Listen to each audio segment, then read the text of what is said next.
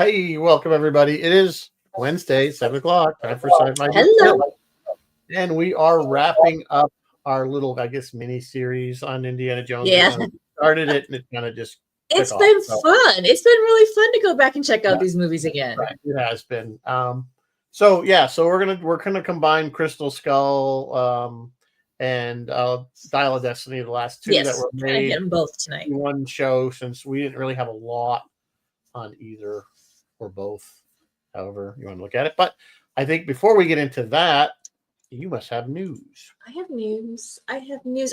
Guys, I'm sad to announce that Robert Redford has passed. And I know he was not well known for sci-fi. You probably know him best for his dramas, but you may remember he did a little tiny bit. He was president. He was himself. He was Robert Redford as the president in the Watchmen series on HBO.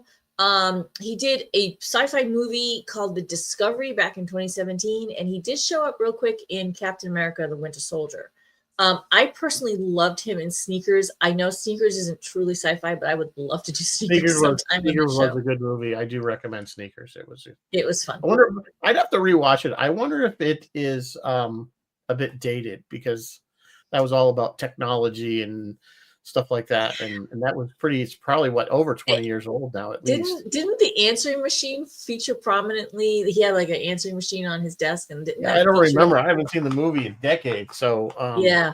I bet you it doesn't age well by today's. I don't know. standards. Some of the jokes, like at the end when James Earl Jones shows up at the end, some of those jokes were. I haven't, like I said, I don't even remember it that well. I do remember I liked it. It was a good movie, and I know I've seen it more than once, but I haven't seen it in literally decades. Yeah.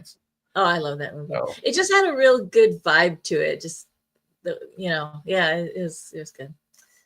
All right, so moving on. anyway, news other than death. Other than death, James Cameron says he is writing a new Terminator project. Yay, I guess. But he's having a hard time completing the story. And I quote, he told this to CNN. He said, "I've been tasked with writing a new Terminator story, but I've been unable to get very far.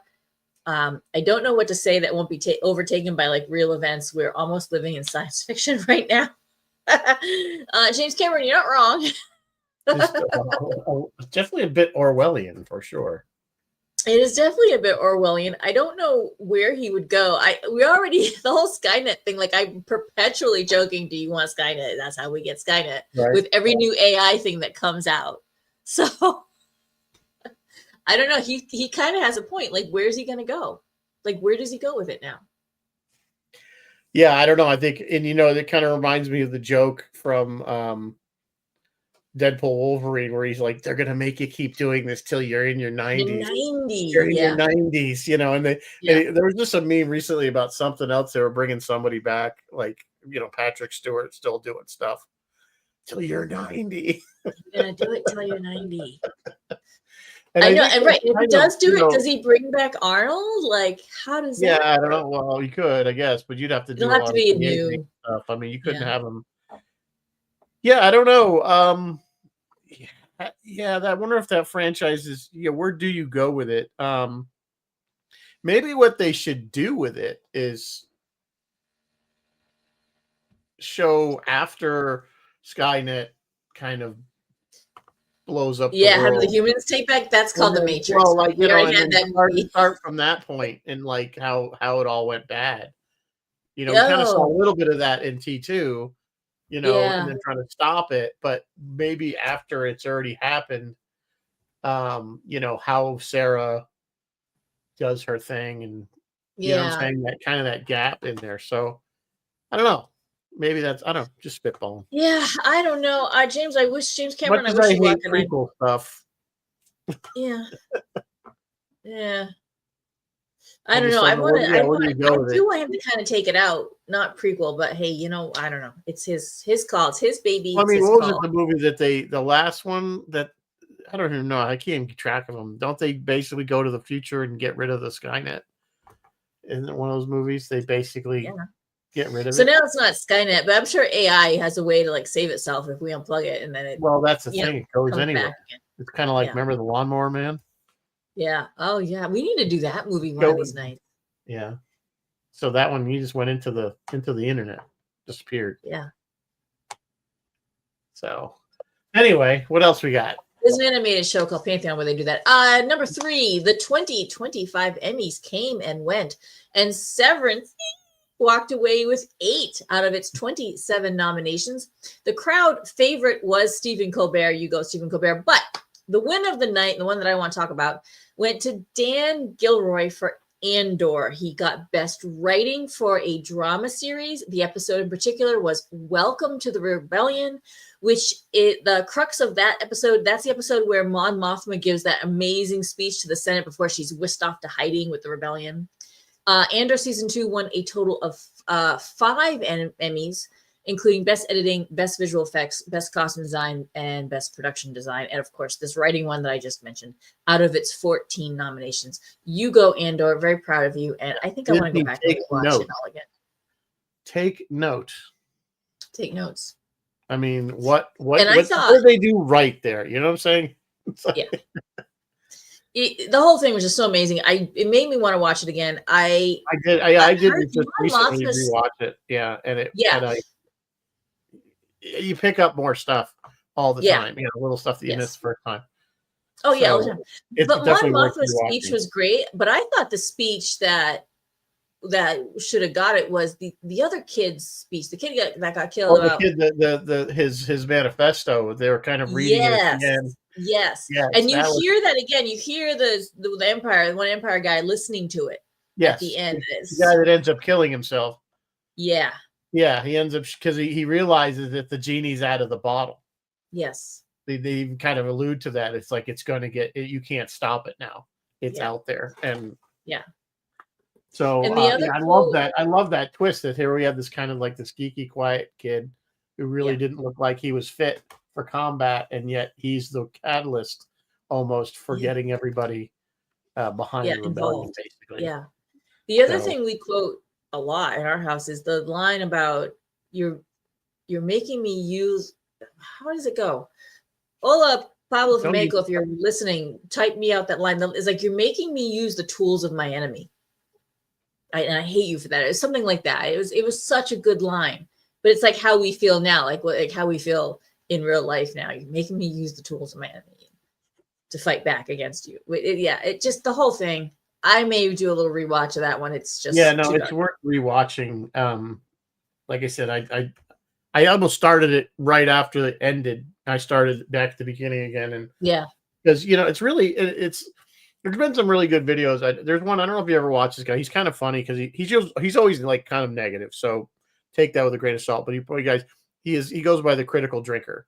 I know Critical Drinker. Scottish guy. So and he does some really good videos.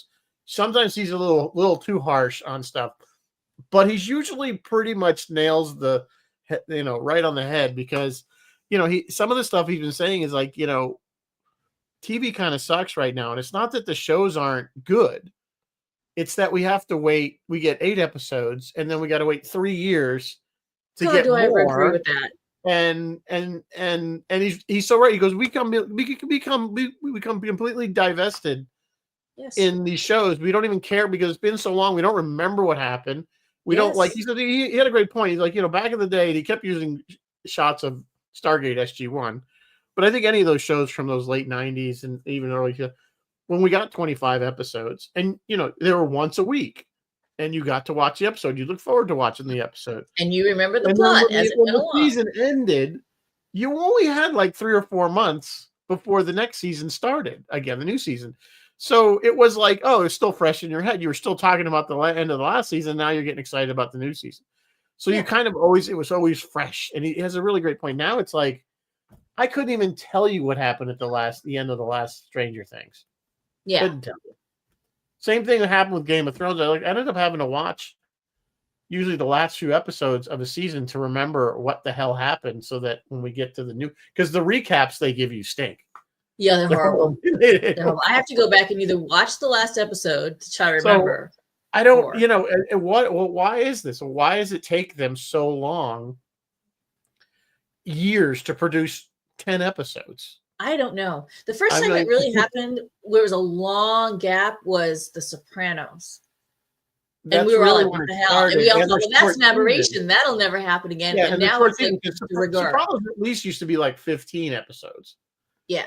You know, they were the ones that you're right. They were the ones that really started the whole thing of shorter seasons and longer gaps. Yes. But that was always like an HBO thing. But now everybody does it.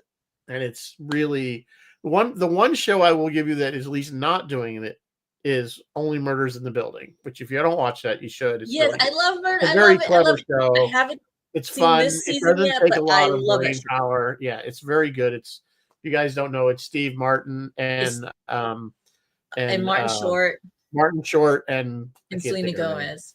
And it's Selena quite Gomez. Selena Gomez. It's quite good. It's funny. It's light. It's fluffy.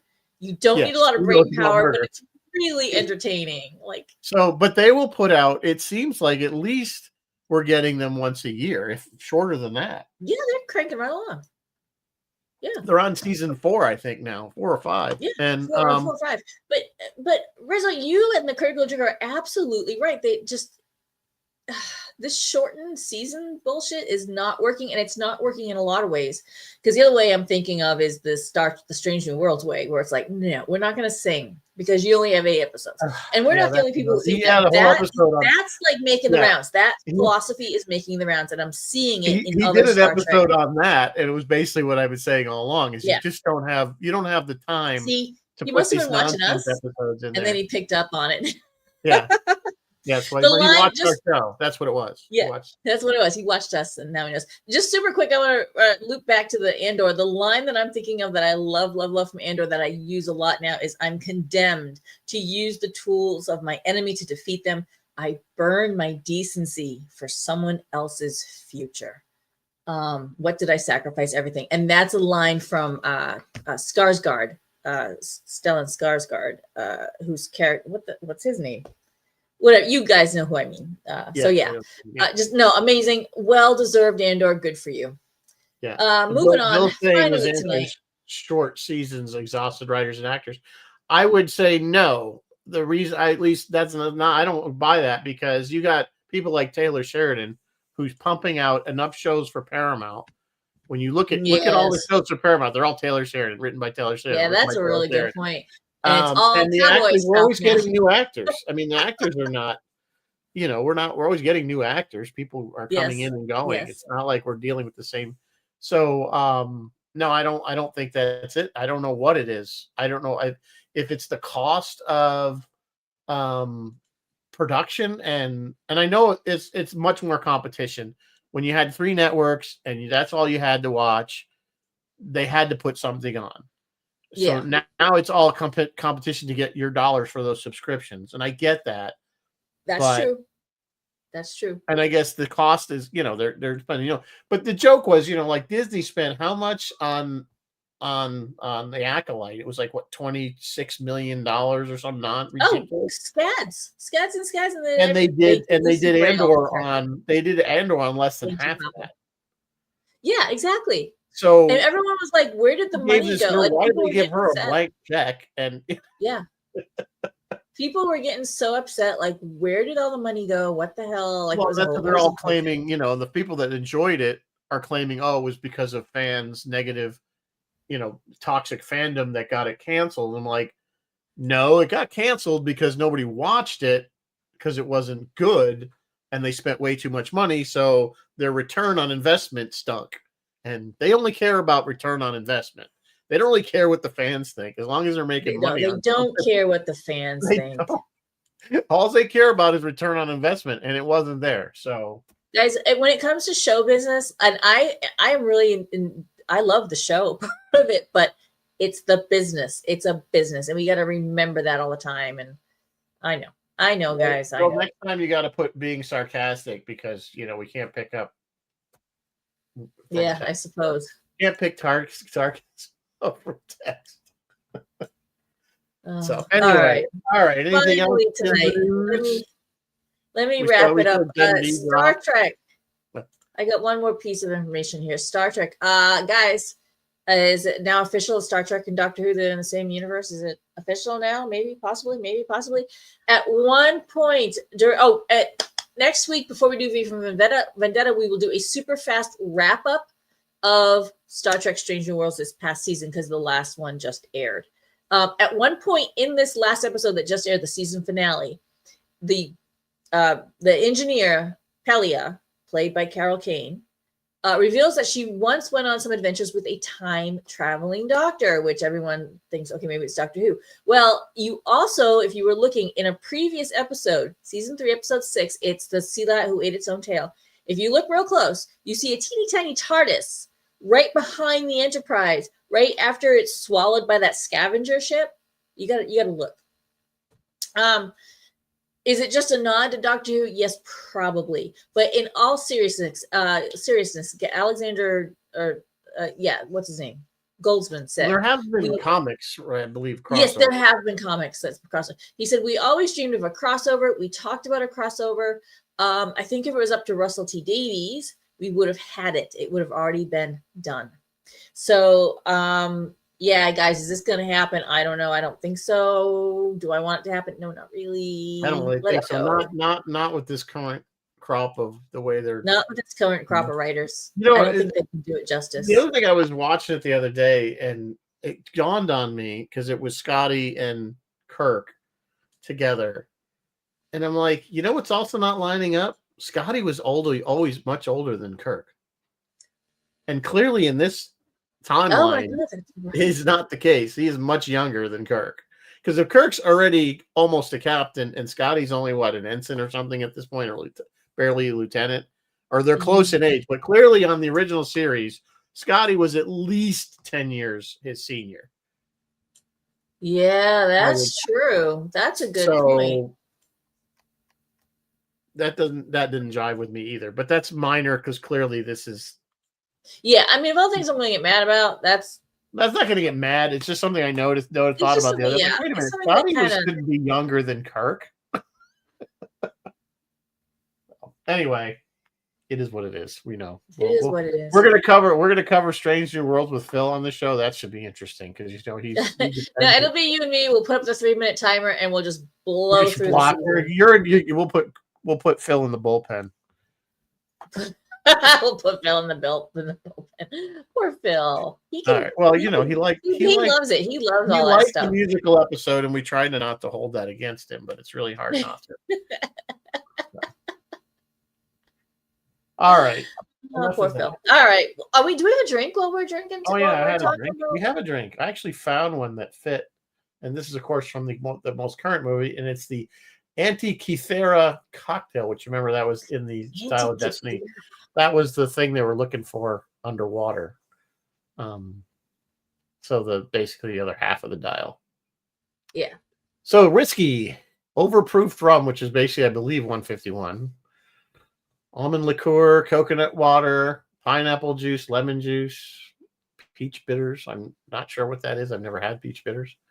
And garnished with a lemon and mint. So sounds pretty refreshing, even though it's the end of summer. Try it out.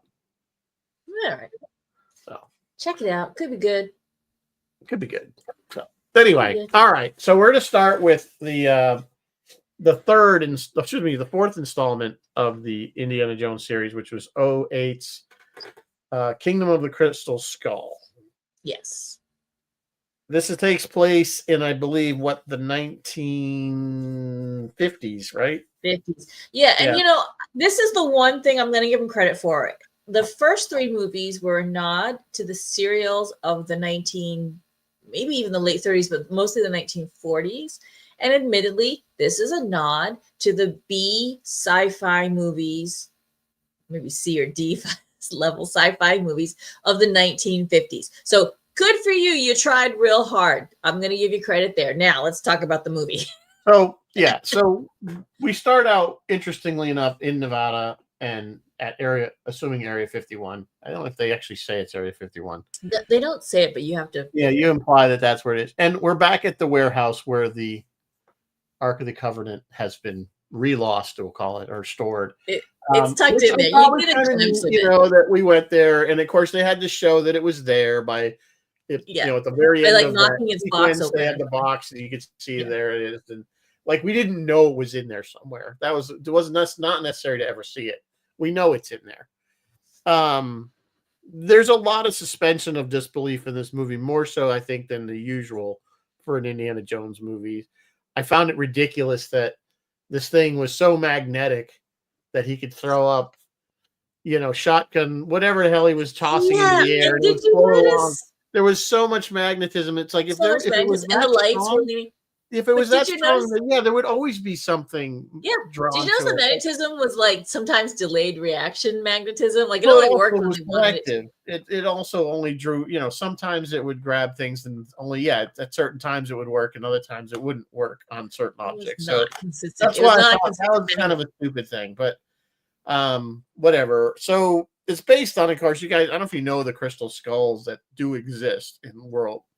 Mm-hmm. And they're not alien looking. They look like human skulls, and there are some. They I have think been Nimoy did a one in back in the search of. day For a in hot search minute, we of, weren't sure, but it has because since been basically proven they they are said they human mentioned it. made. There were no tool marks on it, that it was so perfectly made. It probably was cast, I would assume. I don't know. Who the hell knows? They've since done studies on it and realized, this is human made. This was never anything supernatural. So, but anyway, that's kind of where they were going with this. Of course, the crystal skull is this weird alien looking skull. Now, for Indiana Jones, I think to go into alien, as opposed, he was always with more religious myth, whether it be Real, Christian much more or real life Indian myth. or something else. You know what I'm saying? It was always Aliens, real life myths too. But well. like I I mean, said at there the top of the is. show, this was meant to have been a nod to the sci-fi, the B sci-fi movies, and I get that. But you're right; it's not the nod that Indy should have taken. Indy wouldn't have. Indy should have stuck to what Indy sticks to. Yeah, I mean, so they do a little bit more background on him of what he did during the war. That he was working for basically like the CIA or MI6 or whatever, and doing undercover stuff for the war. So that I thought that was kind of interesting because they had to work in the other guy that kept screwing Mac, him the guy over, which Mac. seemed to be a theme now with these movies, is that he always has somebody with him that's duplicitous. Like he's always like, you don't know if they're gonna. Wait, was Mac Dial of Destiny or no? Mac Mac was Crystal Skull. Crystal Skull. Okay. I'm on the right movie. And then we find out, of course, that he was with Marion, but then he got separated from Marion again. And then apparently he had a son that he didn't know about. They didn't know about. Surprise. Unfortunately, nicknamed Mutt. I don't know where they came up with that. Mutt is a greaser type of character from the 50s, leather jacket, blue jeans. And it's unfortunately played by one of my least favorite actors with Shia LaBeouf. Not I don't know. I just the thing with this movie is they could have taken him out entirely and it wouldn't have made a difference, in my opinion. I don't think his character was not integral at all to the story. You could have taken Shia out completely. Yeah, you probably could have reworked it so that he just wasn't necessary. Yeah. So I don't know why they had to wedge that in there. It was nice to see Marion back, him, adventuring with him again. Yeah, and those two are still great together. They're fine. Yeah, I mean, I think there was a good chemistry with those two. Yeah. We all remember we talked about during Temple of Doom that he that was prior to Raiders, so his little stint with what's her name, Marion. Willie Scott. Oh, yeah. Was not relevant. And so the only thing is he doesn't really that's the only thing that we don't doesn't mention Marion in Last Crusade at all, I don't think. So anyway, clearly they have an on again, off again. She might have got mentioned in passing, but yeah. So anyway, the basic story is this skull, and it's got to get back. It's a whole Mayan thing, and they got to go find the basically it's El Dorado is what they're looking for. Yeah, looking for El Dorado, and we're back with Nazis again, which is okay. No, they're not Nazis. They're communists. What are they? What's her name? What's Galadriel there? She's communist. Oh, they're just communists in general. They're Soviets. Okay, they're just Soviets. Okay, I thought we were back with Nazis. The 50s to have the Soviets as the bad guy. That's fair. That's fair. Sputnik. Yeah. Yeah. So. Yeah, still ain't mad at it. No, it's okay. They need to have the bad guys somehow. So Soviets are just as good as any. I mean, at this point, and in the 50s, with McCarthyism and everything, communism, of Oh, yeah. course, it just fit the. So that I part just plays find it quite well. ridiculous that they were able to break into a top secret, high security military facility Well, they were that just as easily. yeah. Well, they were just as the American I soldiers, know, weren't but they? even then, you still wouldn't. I mean, come on, you have to kill the guards at the gate because that's the only way you're going to get past them anyway. You aren't They going to. had to like race with You the don't greaser bluff in your the way in car. just because you're wearing a They uniform. had to do like Red Hot American Summer. No, not what's that? What's that George Lucas movie that Harrison Ford was in way back in the day? They had to do that stint. Oh, you're talking about yeah, no, American Graffiti.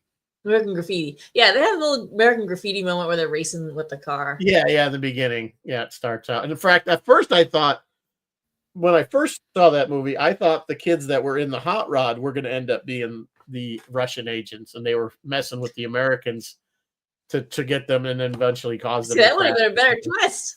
Yeah, that's what I originally thought. All these, they're like Russian agents or something, and they're the ones going to cause the military guys to crash or something. Yeah. So we go to we get to the warehouse, we get the magnetic thing, off it goes, and then up pops Shia LaBeouf at a. They end up in There's some jump cut there, like you have yeah. to like do the math. Oh, he's on the train. He's leaving on the train, and Yeah. Shia LaBeouf is riding his motorcycle alongside the train. Yes. And then cut to they're both in a cafe. Like, oh, I guess he got off the train. He got off the train. Yeah. He got off the train.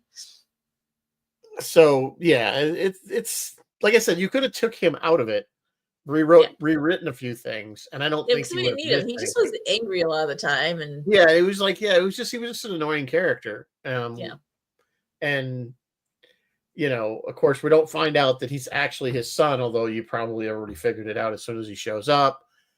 Till about halfway through the movie, I think, when she finally tells him. Yeah, when she tells him, this is your son. So, yeah. So basically, they go through some stuff. They end up in El Dorado, which I always think is funny because, by the 50s, you'd think most of the world, or at least a lot of continents, would have been at least flown over.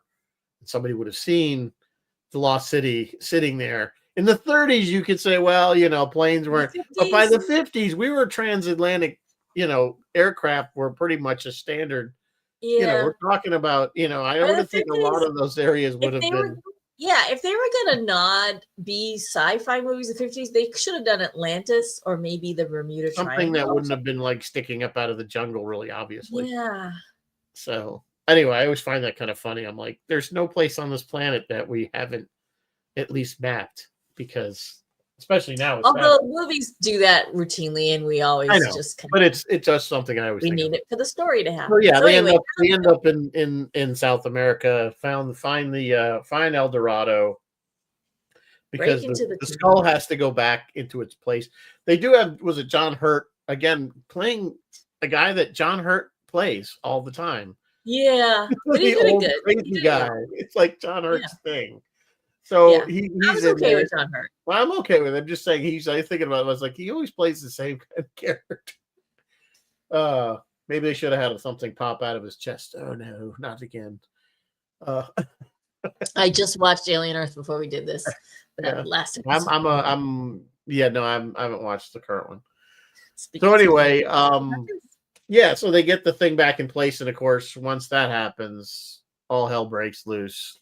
And it turns out that they're not just aliens; they're interdimensional aliens. Which I don't know why they had to add that twist to it, but so apparently by putting the head back on the skeleton, it made the ship come to life, and it went back to wherever it came from. Of course, destroying the entire city in the process and flooding it so that there is no visual evidence that it was ever there. So that's the movie.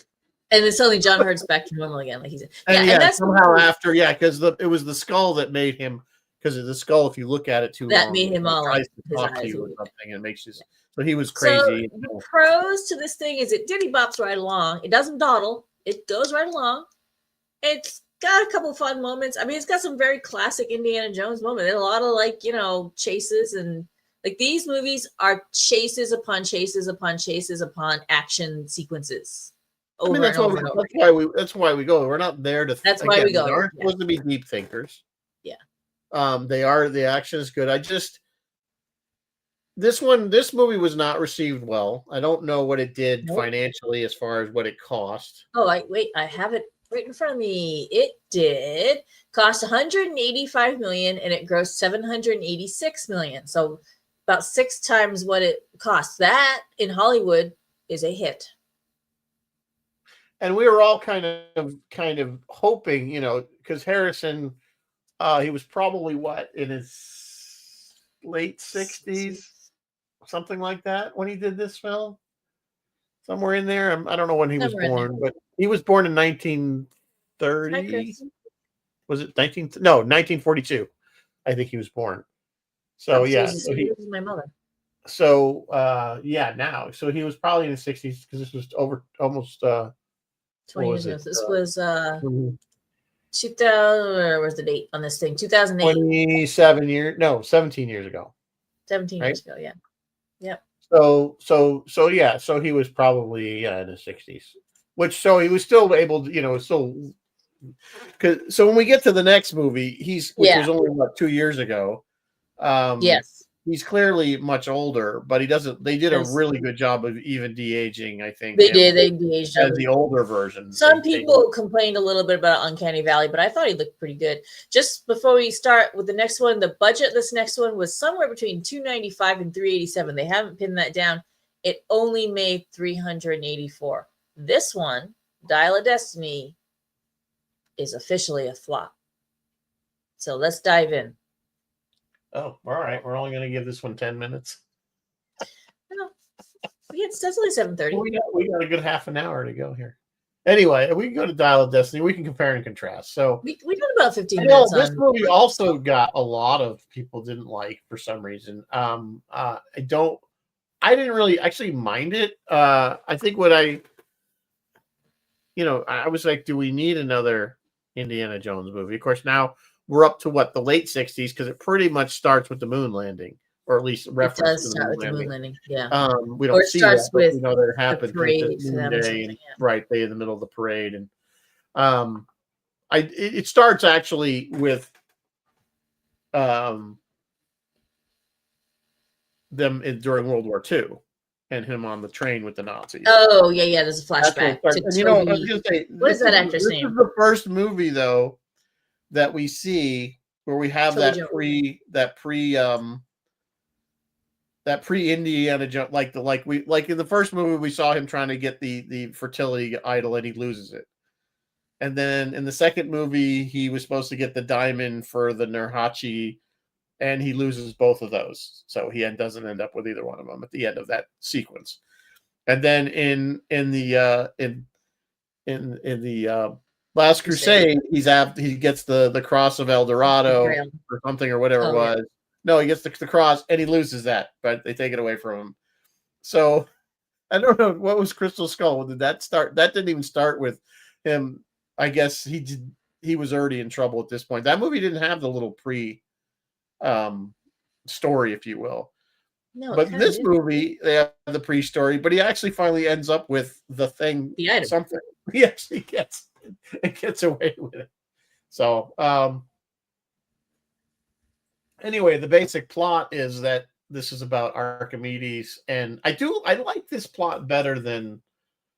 Yeah, I like things that are pretty nicely anchored in history. It's more like archaeology kind of thing, like myths and things that we know about, like Da Vinci, or it could have been Da Vinci. This was clearly it was Archimedes, and he invents a clock basically that can predict when there's these rifts that you could obviously travel through. If you could, I guess it somehow it doesn't create them, right? It's just. It doesn't create them. It just predicts where they're going to be. Predicts where it's going to open up.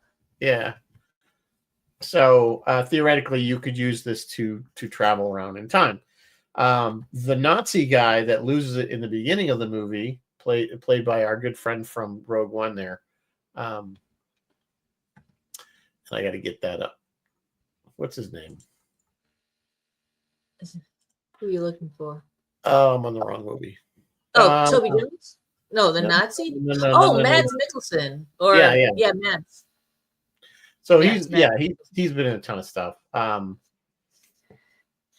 But you know they didn't. So he plays the bad guy in this one, but his goal is not. He just wants to go back and get rid of Hitler so that he can replace Hitler Yeah, he because just wants Hitler to make made so many bad mistakes during the war that he was going to correct them and then win the war. And when they finally go, the way they did it was with like circling clouds, and it was it gave me really strong. Do you guys ever remember the Bermuda Triangle on Flight 19? It gave me really strong Flight 19 vibes. And for a hot minute, I was like, oh God, please don't make this supernatural. Please don't. They didn't. They kept it.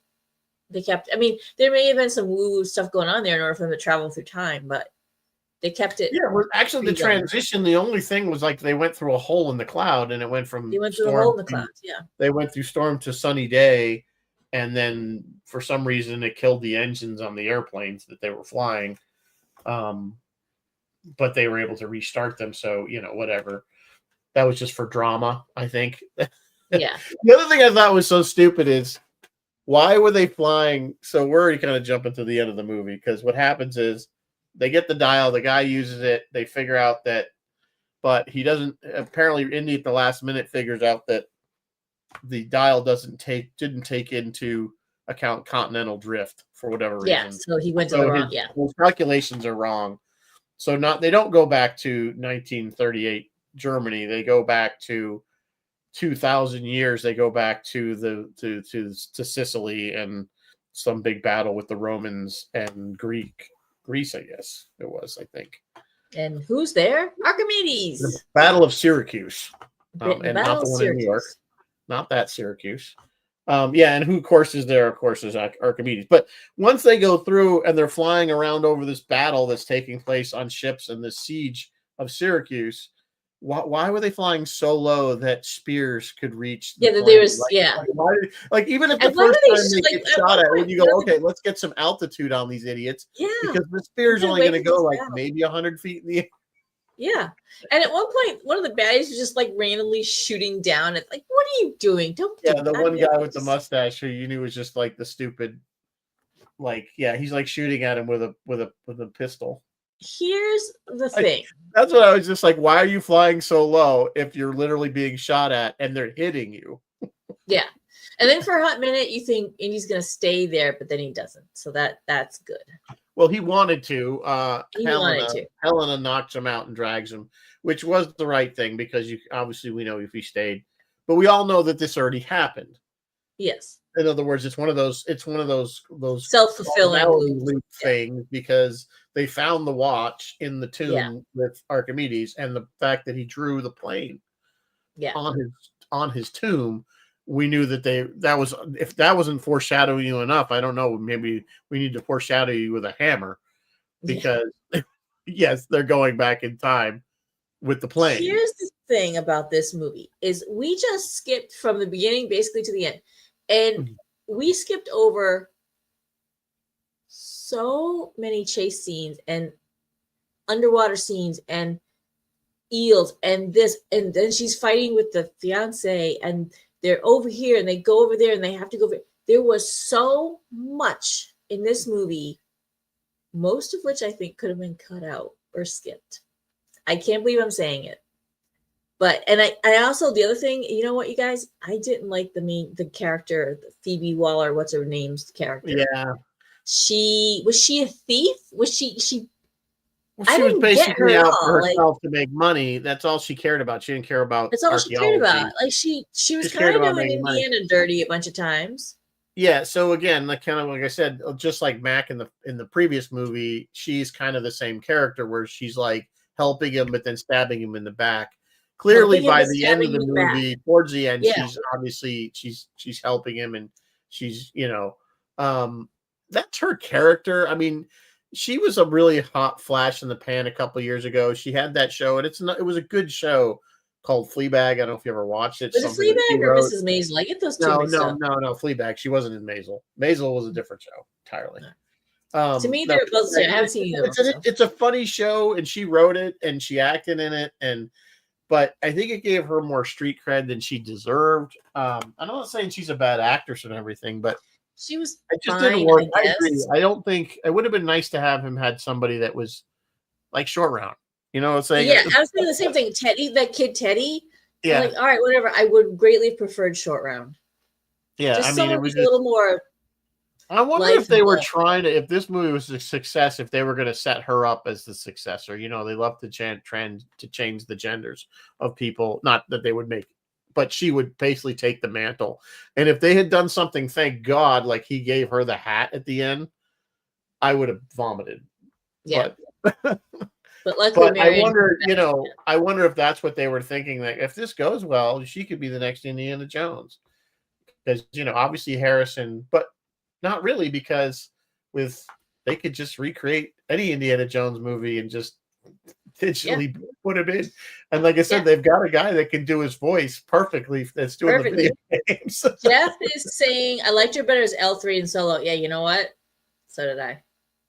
She was better as L3 in Solo. Like I said, she has her place, but I think she was again, I think, given too much credit or whatever you want to put.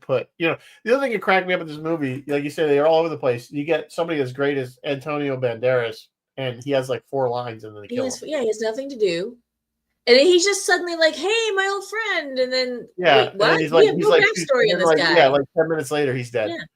He's dead. Even John Rhys Davies, they kind of, I'm like, they were trying to pull, it seems like in this movie, something from every single previous movie, Indiana Jones movie, like a gag or a nod to it, whether it was the eels with the snakes, the bugs. They were, and it was supposed to make you feel all warm and fuzzy. If you keep watching things, like their action scenes, you'll see things, that they pulled that from that. Like, okay, we're gonna have this thing or that. Yeah. They kept, and we were supposed to appreciate that, but you know what? For some reason, I didn't. It didn't work. And here's the thing. I'm about to confess right now, live on Sci-Fi Distilled. I saw both these movies when they came out, and when they both came out, and I saw them. My memory was I did not like Kingdom of the Crystal Skull, and I was kind of okay with Dial of Destiny. Now I just rewatched both of them because it had been a hot minute. Well, it'd been 2 years since Dial of Destiny, but it had been a hot minute since Kingdom League. And you know what, you guys? I liked Crystal Skull better. I really did. Dial of Destiny, I found boring. It just was chase after chase, like what's the word? Would it have a purpose? Like non-purpose chase after non-purpose chase after non-purpose chase. Like nothing ever happened. It didn't really advance the story. They were just chasing around for the. They didn't. The other thing that this movie didn't have, although I would disagree, I still think this is better of the two.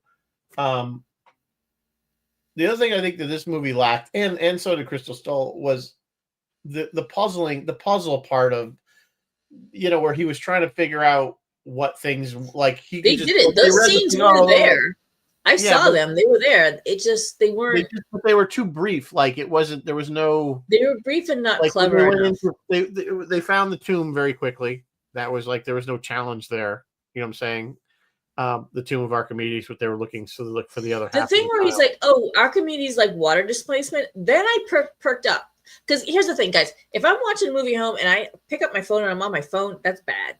That's bad. That means the movie's boring. So I was on my phone, Dial of Destiny's playing, and they get to the part about being in Archimedes' tomb, and he's like, "Archimedes like water displacement," and I was like, "Whoop." This is what I'm talking about. Finally. Like, so there's like a puzzly thing, So that's the kind of. But again, everything was too fast. Like they didn't take them a while to figure it out. And I think that's part of the cool. You're right. So you need that little break, kind of like where they're figuring things out and they're not being attacked. Yeah. You need to. You need some logic. So we brought Nazis back in as our bad guy. I'm okay with that. We find out also that his son is killed, we assume, in Vietnam. We think Vietnam, yeah. Because he said something about joining up. Now, he would have got drafted anyway, so he was like, "Oh, I should have talked about joining." He's like, "He would have got drafted." So. Yeah, there were so many things that they were trying to do, and they just didn't do any of them justice. They could have tightened the whole thing up. I mean, really tightened it up. We didn't need the whole car chase scene through Morocco. Where were they? This was actually the longest of any. It was long, yeah. It was There over were two and so a half many things hours. that Although they just 15 didn't minutes, need. I always check this. 13 and a half minutes was credits Wow. at the end. There's Helena 13 and could a have half been minutes. written better. I would have rather seen shorts. I would have rather seen pretty much anyone back again besides, well, maybe not. Yeah, I don't know. I just didn't. Dial of Destiny just, it didn't do it for me, guys. It should have. It should have, because I love me some Indy. I think I would have liked. Yeah, I would have liked to seen him like in the other movies. Or maybe it was He just the had like his mindset I was in father. that day. He had like somebody companion that did have his back, and you knew had his back. Yeah. You know what I'm saying? When Sala said, "I'll go with you," and he still told him no, I was like, "No, you should have brought him with him." Because you know what I mean? Like, because you didn't have anybody to really back you up. And this movie, again, we had the kind of duplicitous. You never know what she was going to do. Yeah. Eventually, she comes around and does the right thing. But I guess, but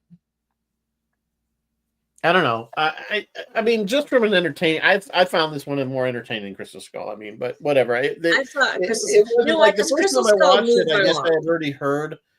I didn't see it in the theater. I waited till it came out on Disney or something, and I'd heard already people have a lot of mixed feelings about it, so I kind of already had that. Oh, let's see what's going to be, and I was like, it's entertaining. I mean, which is all the movie really needs to be. I mean, it kept me interested for the time I watched it. So, I mean, same thing for Crystal Skull for the most part. I just didn't like the storyline, and I don't like Shia LaBeouf. No, I didn't like That kind Shia. of And killed you're it right. for me. I mean, the storyline, I get why they chose that subject matter. I get it. I get why they chose it for the third time, is because they were doing a nod to the science movies of the 50s. Yay. But it wasn't right for Indy. But that thing moved right along. It chugged right along. It was tight. It kept going. You got one thing led right to the next, and you knew, you know what I mean? It was great. When you got to Dial of Destiny, it was just this loosey-goosey meandering, like, we're going here, we're going there, we're doing this, we're doing that. Like, it never really got to the point, which drove me kind of crazy. Well, I mean, yeah, they were looking for the dial, obviously. They were looking for the second half of the dial, yeah. Yeah. So that was the point, of course, once they got it. Which then, of course, brought them to Archimedes. Right. I mean, that's when I think it kind of goes off the rails. And for my opinion, it wasn't because they always have the big ending with the whether it was with somebody's face melting, something along that line where you have this thing where we finally get the thing that we're looking for, and this is why we shouldn't have it. And this one, though, kind of went beyond a step beyond, because it became a very large part of the end of the movie. And of course, it brings up a lot of the old questions. If you go back in time, you change things. But clearly, this was meant to happen. Yeah. It was meant to happen. And that's another theory that people have, is that, okay, well, you were meant to go back in time and change, and that's how we are. But we wouldn't know if time changed because. But we wouldn't know, yeah. So I think the whole thing with meeting Archimedes, and of course, it just, the odds that particular portal through time ended up right to the Battle of Syracuse, right where in 2,000 years, but right where Archimedes was when he was working on the dial during the Battle of Syracuse, which they had talked about previously in the movie. I mean, it was just like too many little convenient things lined up to make it. They could have ended up anywhere in time at any place. And although I guess you don't move through space, only through time. Through time, they're still basically. So they should have still been over Italy. Well, whatever. Dial of Destiny, it could have and should have been so much better, but I gotta say, it just didn't do it for me. I can't believe I'm actually ranking Crystal Skull. But anyway, I agree with you, Bill Sotak. If I'm going to watch an indie movie, I'm going to sit down and watch 1, Raiders, or 3, Last Crusade. That's my jam right there. Yeah, I mean, there's no question about it that those are the two best. And yes. I know a lot of people, like I said, we talked about it when we did Temple of Doom, didn't like it. And then I always felt it got a little too much hate for what it was. I thought it was okay. It's not better than the other two by any means. I mean, it's a far third. But the funny thing is if we look at that movie now, the same way I kind of thought about, we didn't like the Star Wars prequels when they came out. But now Yeah, we and look now we're back like, and oh, go, you know they're what? not so bad now that we're looking at the Really? current. That wasn't that bad. Oh, it's We can like go the back. same. I think I was laughing to myself. I'm like, it's the same thing. It's like we didn't. Now we're like, oh, the prequels aren't so bad. Now that we look at the rise of Skywalker and stuff like that, and we're like, yeah, it's so yeah. And Bill, the other point that Bill just made, well, Chris was saying it was trying for fan service, but didn't have heart. Yeah, Chris, I think that's a really great assessment. It was trying for fan service. It did try to hit on some notes, but it just didn't have the same heart. Bill is saying at least it looked like Indy and Marion are back doing Indiana things by the end of the movie. Yeah, and the thing is I don't know if you noticed, but they're closing in on the hat. They washed the hat, like literally saying they hung his hat up. He's hung his hat up, like he's done. Yeah, And they're closing in, and then the last second he reaches out and grabs it and pulls it back in. So maybe he's not done. Maybe there's another Indiana Jones movie coming. To which I say, dear God, Harrison Ford, more power to you. You're doing this in your 80s. Harrison is love you. still pretty active acting. I mean, if you've seen, If you've seen him on Shrink, is he on Shrink? No, he's what's on he on? Shrink. Yeah, Shrinking, which is a great show. Shrinking, It's on Apple, yeah. by the way. That's a comedy. It's a really cute show. Very, yeah. very good. Highly recommend Shrinking. And what else? He was just in something else recently. What the heck was he in? He was in the Captain America, one of the movies, one of the Marvel movies. He played the president. He turns into Red Hulk. Harrison Ford? Oh, see, I don't know. I've been kind of not watching those. No, it was something else. There was something else. I think a TV show that he was in. Whatever. The thing is, the guy's still working, and he's in his 80s. So I don't know if we're going to see him as Indiana Jones in a movie, unless like he said, even in this one, they de-aged him. Yeah. When he was old, they clearly de-aged him when he was doing the World War II bit in the beginning. Yeah, and it was fine. I know a lot of people are like, oh, it didn't look good. It didn't look right on Uncanny Valley. I was fine with it. It was okay. No, I thought the deep fake that they did the de-aging was good. I didn't really see it. They've gotten really good at that. They had a de-age him and Toby Jones, which is kind of funny. But anyway, Toby Jones is another one who crops up every now and again. He's in Marvel too. Yeah. So but like I said, they could keep making any of these movies now, as long as they can get the voices fixed, which I think eventually even they can do it probably artificially. If they could get James Earl Jones to give his voice to Darth Vader in perpetuity, they could probably get Harrison to give his voice to both Han and Indy. Like I said, they have a voice actor that they have a voice actor. Oh yeah, Harrison was in 1923. Is that what you're thinking of? That was the one I was trying to think of. Thank you. Thanks. That was one I was trying to think of. Like I said, they've got a voice actor that is uncanny. Even Harrison was like, "Holy crap!" He sounds just like him. Even when he does the little whoa, like he's gonna fall, like he's got it down. It's him. It's if you've ever played, I don't know if you guys I don't think sometimes I think I'm the only video gamer that plays stuff, but they just about a year ago or so, not even. They came out with the new Indiana Jones game and which is the Great Circle. I think it's called Indiana Jones. Great Circle. And a lot of it gets back to, again, the roots of what we loved about Indiana Jones. There's fighting in it. But there's a lot of puzzles. Is there actual archaeology in it? Because that's again, he's looking for this thing called the Great Circle, which is you have to get pieced together what it is, why it's called that. He goes to different locations around the world, and he ends up in a lot of tombs and dungeons and things where you have to figure out puzzles and move things and line things up in the right order to open doors. And it's like water flowing and get the water to flow the right place. A lot of those just puzzles. They're just puzzles. Yeah. And you're not being attacked while this is happening. You're, I'm saying, so you have all the time in the world to figure it out. Yeah. So it's fun, and of course there's some that move the game forward, the story, and there's some that are just there to be extra. So, but the guy they got to do his voice is uncanny. I know I've said it many times on the show. I need to check that out. Chris is just saying that Mark Hamill does a wicked Harrison Ford. I've heard Mark's Harrison. Yeah. Mark Harrison is a very talented voice actor, obviously. Yeah, Mark's a very and Mark is a very accomplished voice actor. He will be the best Joker ever, in my opinion. I don't care. For always. The hell with Heath Ledger. I agree. Yep. So now he does the best one, especially from the Arkham series of video games. Again, we're going back to the video games, but that's why I always think, if they continue to make good video games in these genres, in these franchises, the fact there's not a new movie is okay as long as they're doing, because to me it's just as fun to play him at a video game as it is to watch on the screen. Yeah. So Jeff is saying the bit with the hat at the end felt like the ending of Bugs Bunny. Yes, because the circle closing or the aperture or the camera. I thought the hat. I don't know. Was supposed to see? I got that the hat was there as kind of like, "Don't come in," or like this is our. Oh, I took it as literally like he's hung up his hat, and then nope, he has not hung up his hat. Oh, I thought they were. That was a sign that they were canoodling.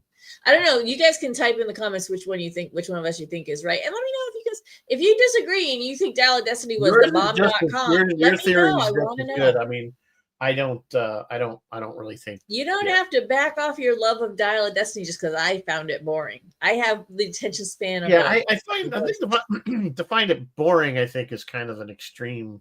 It was so boring. It was just I watch TV all the time, and I'm always looking at my phone. That's unfortunately that's where we're at now. What do you guys say? Do you do that too? Am I the only one? Do you guys watch TV with your phone or your laptop or your tablet in hand, or do you just sit and watch My TV? phone is usually accessible, and there will be times if I find, I don't know, it's become an addiction. Like you just have to get up. Yeah, I will stop and look actors up. Like, wait, I know that actor. What else was he in? I do all the time. That I do all the time. I've known this person. She was in something. What else were they in? And you look it up, and we do that all the time. Yeah, I do that. But if I'm watching just recently, and I was like, I know that guy, and I was right. What was it we were watching? Oh, it was Bill says he looks up the actors too. Your man. It was Wednesday. We were watching Wednesday. I think it was the second to last episode of Wednesday, or maybe the last. And maybe you looked at one of those. And it was the guy the actor from Starship Troopers. There, Van whatever. The guy, the main actor from Starship Troopers. That he was Wednesday. That was in Starship Troopers. He was the guy. So he was only in the one episode. He was the guy that was supposed to be the cult leader. That Steve Buscemi talks at the bar at the beginning of the episode. He's the bartender. He was in Starship Troopers. That's Richie. What Van whatever the heck his name is. The actor. Casper Van Diem. Yeah, that's him. My god! I did I'm like, I don't recognize him in the bar. Really? Oh my god! Hang on. While I'm looking this up because my mind is now blown. Chris LaRoche has announced that Michael Rizzo is now a member of the Hat Squad, which is a very high honor indeed. Wednesday season 2 cast. Hat Squad. This one I've had. This is and Billy Piper. The other one that was in Wednesday season 2 was Billy Piper and Joanna Lumley. You guys, Wednesday season 2 was popping off pretty good. It was pretty good. It was a little. I thought it was. They brought in the family a little bit more than they probably should have. Morticia and as much as I like them, and I don't have a problem with it. It got away from just her at the school. Haley Joel Osment. I do love the guy playing Fester. Is doing a great job playing Fester on that show. I am not seeing that guy. What episode was it? Was the second to last episode or the last episode? I think there might have been a flashback. He's not even listed. You got to go to his IMDb. Go to his from and look at and back. That's why I had to do it in reverse because I could not find it on the Wednesday page, but I did find it on his, and it shows that he was in Wednesday. Gideon Sterling. Yes. No, that's not his name. Yeah, that's the character's name. Casper Van Dien. The character's name. Yes, the character's name. Yes, sorry. Wow, my mind has been blown. Mind blown. Good job, man. Because that's like a game we play when we're watching stuff. I play voiceover stuff. Oh, is that guy? Yeah, I do voiceover. I mean, like I always try to. Whose voice is that? So, but Chris, the hat is the actual Indiana Jones. You can see the pin. I got this at Disney. Jeff agrees. Jeff agrees with me. My biggest issue with Dial of Destiny is Indy's sidekick Phoebe, who we were talking about, Helena, treats him like crap. Yeah. I agree. I completely agree, Jeff. It was especially after you had Short Round screaming, "I love you," and then you had this chick. His other sidekicks were supporting him, and this one's always kind of being divisive. So, Lord, it's 8 o'clock. All right, let me super fast tell you guys that Roy, this Friday. This Friday? No, not this Friday. Roy's taking some time off because he just got back from Los Angeles where they had the big Space 1999. On Friday, October 3rd.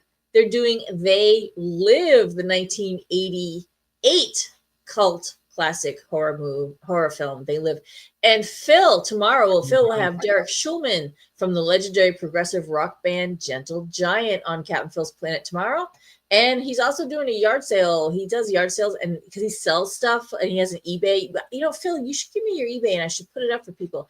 Phil has all kinds of cool stuff for sale. So, and Rizzo, what are we doing next week?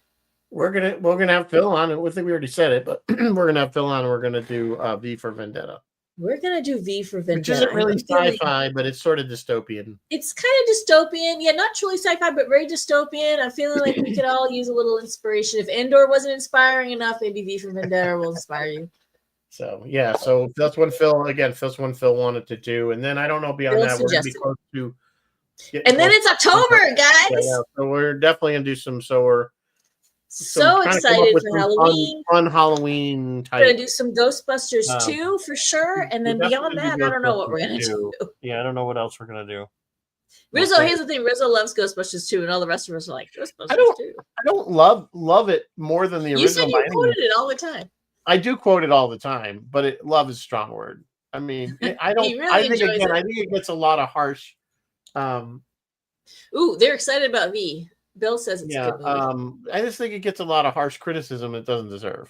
So that's all right. Fair enough. It's been a hot minute since I've seen Ghostbusters 2, so I'm looking forward to seeing that again. I mean, it's got some good lines in it. So anyway, on that note, kids. I think we're good. So, but yeah, we'll come up with some stuff. Of course, you could always suggest stuff, guys, out there. We like suggestions, and of course, I'm sure at the end of the month we're going to do the crossover with Roy and Ross as we always probably will. I should reach out to him. We have not really scheduled that yet. Probably won't do it on the Friday of Halloween because we're going to be in Thai that day. I will be in Ticonderoga. I don't know what James's plans for events, if it's just going to be till they close or. Yeah, I think it's gonna be a normal day, but it'll be moonlight tours all day. James has not mentioned any special guests yet, so I guess Rizzo, you and I are the special guests. We're it. Not that special. I'm gonna probably I'm gonna roll out the Monster Maroon though. So yes, I think it looks good. I think everyone's gonna be excited to see it. So. Yeah. All right. On that note, I will say good night. We'll see you next week. Live long and prosper. With V for Vendetta. May the force be with you always. Good night.